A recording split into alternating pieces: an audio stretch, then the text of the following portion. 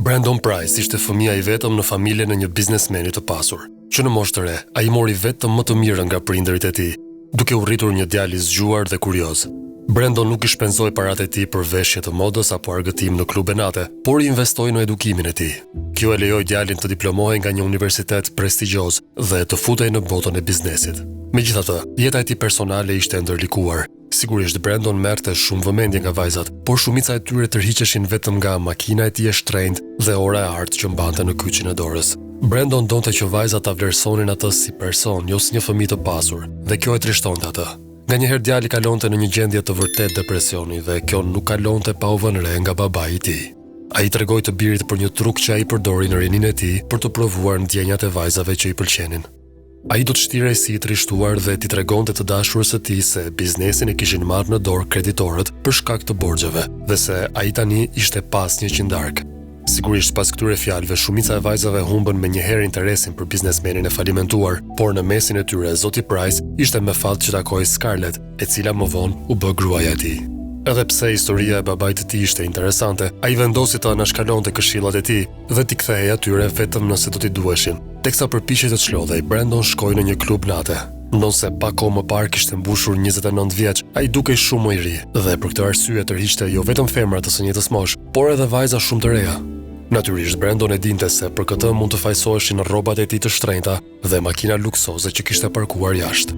Por sonte klubi ishte kryesisht I zbrazët dhe Brandon shpejt vuri re një vajzë të bukur të ulur në një tavolinë në qoshe. Për habin e biznesmenit të ri, ajo nuk u soll siç ai e priste. Veronika e refuzoi koktejlin që ai I ofroi dhe ajo as që ishte interesuar për ta vazhduar mbrëmjen diku në një vend më intim.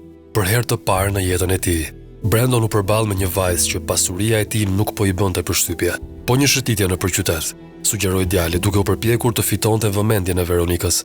Jo, është vonë, një herë tjetër. U përgjigj vajza duke shkruar numrin e saj të telefonit në një pecet dhe ja dha Brandon. Shumë shpejt Veronika u largua dhe I riu mbeti I ulur në tavolinë, duke mbushur shikimet e shumta të vajzave të tjera të reja rreth tij që shpresonin t'i afroheshin pak më shumë. Brenda kokës së Brandonit kishte konfuzion dhe hutim. Ai nuk mund ta besonte se më në fund arriti të takonte një vajzë që nuk ishte e mahnitur nga pasuria e tij. Në këtë gjendje ndërrimi, Brandon nuk ishte në dijeni të faktit që në realitet Veronika thjesht nuk e pëlqente atë.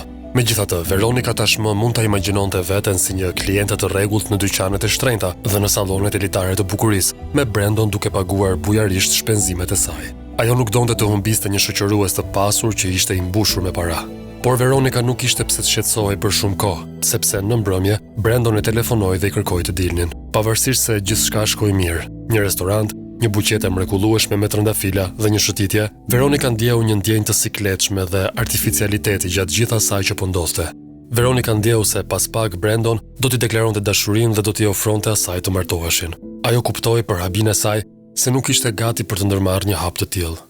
Në ato moment, Veronika I tha Brandonit se si ndihej vërtet për të dhe se nuk I pëlqente fare. Për të qenë krejtësisht I sinqert, Brandon e përjetoi shumë keq ndarjen. Depresioni e pushtoi dhe djali u mbyll në dhomën e tij, duke mos dalë nga shtëpia për ditë të tëra. Brandon u ndrit pak kur babai I tij I shqetësuar erdhi ta takonte. "Bir, është koha që të merresh me biznesin tënd, nuk mund ta lësh kompaninë të shkojë dëm. Dhe mos i ka që trishtuar. Dil dhe shko në ndonjë kafene apo kinema", I tha zoti Price. Por Brandon nuk shkoi në ndonjë restorant apo një klub nate atë ditë. Në vend të kësaj, ai vendosi të provonte metodën e babait të tij dhe duke veshur disa rroba të vjetra, ai shkoi në park, ku shpresonte të takonte ndonjë vajzë. Duke mos pasur shumë përvojë në maskim, Brandon eci I pasigurt duke u bërë gjithnjë më I dyshimt për idenë e tij. Papritur rreth 50 metra larg tij, ai pa një vajzë të mërzitur me dy burra të pakënaqur që I qëndronin pranë. Ishte e qartë se biseda e tyre nuk ishte miqësore, dhe duke gjykuar nga zërat e acaruar të dy burrave, diçka serioze pritet të ndodhte. Brandon I ndjeri shqetësuar për të panjohurën e friksuar, nxitoi në ndihmë të saj. Edhe pse shanset ishin kundër tij, biznesmeni I ri me koston e disa gërvishtjeve dhe mavjosjeve arriti t'i largonte të dy burrat. Siç doli më vonë, ata ishin grabitës që donin t'i vjedhnin çantën dhe telefonin vajzës. "Shumë faleminderit, dhe unë që po mendoja se burrat e vërtet nuk ekzistonin më", tha e panjohura me lot në sy. "Jo, është në rregull, çdo kush mund ta kishte bërë këtë në vendin tim", u përgjigj Brandon I ndjer në siklet.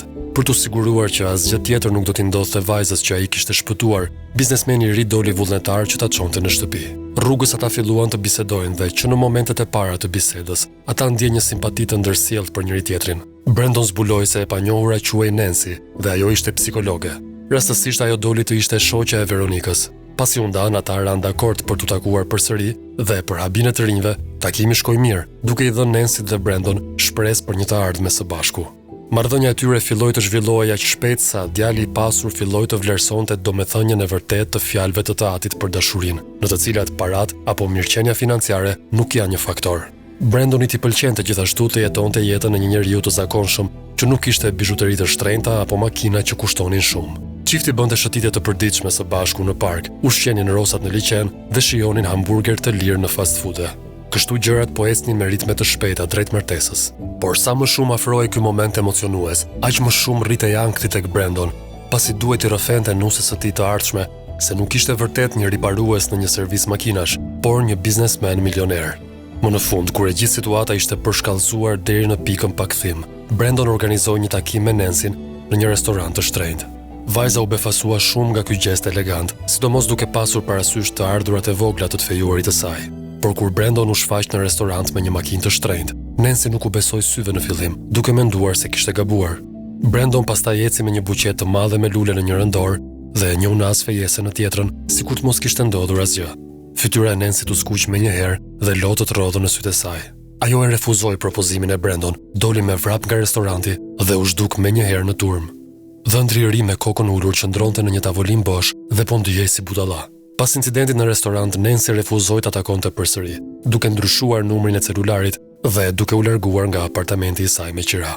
Brandon endej parkut për orë të tëra duke shpresuar të ndeshte me Nancyn. I riu në depresion kishte vetëm mendime të trishtuara në mendjen e tij dhe po mendonte t'i jepte fund jetës. Askush nuk e di se si do të kishte përfunduar fati i Brandon nëse ai do kishte takuar Veronikën në atë moment. Veronikës i erdhi keq për Brandon dhe i premtoi se do ta ndihmonte.